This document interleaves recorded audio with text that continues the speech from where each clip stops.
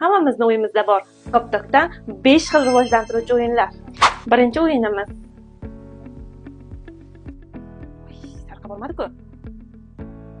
Voy, nima yapti-yu? O'zimni oldi ishlash kerak edi-ku. Xo'sh.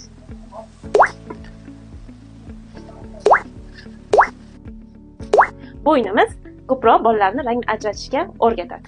Ikkinchi o'yinimiz ranglar ketma-ketligini o'rganishga. Yashil, qizil, yashil, qizil. Keyingi rang qanaqa rang keladi? Yashil rang. Yashildan keyin qanaqa rang keladi? Qizil.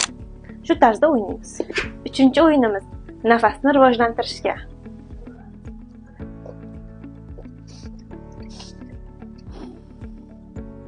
Voy, koptokimiz qani? Mana. Voy, koptokimiz qani? Mana. Mana koptoklarimiz. To'rtinchi o'yinimiz. Bu o'yinimiz asosan qo'l motorikasiga va nutqni rivojlantirishga. Olov koptok oldinga, ko'k koptok orqaga, ko'k koptok oldinga, olov koptok orqaga. Beshinchi o'yinimiz taqlid. Tak, tuk. Bunda bola tovush eshitib, diqqatini jamlab va taqlid qiladi. Bu taqlid orqali nutqni chiqarishga yordam beradi.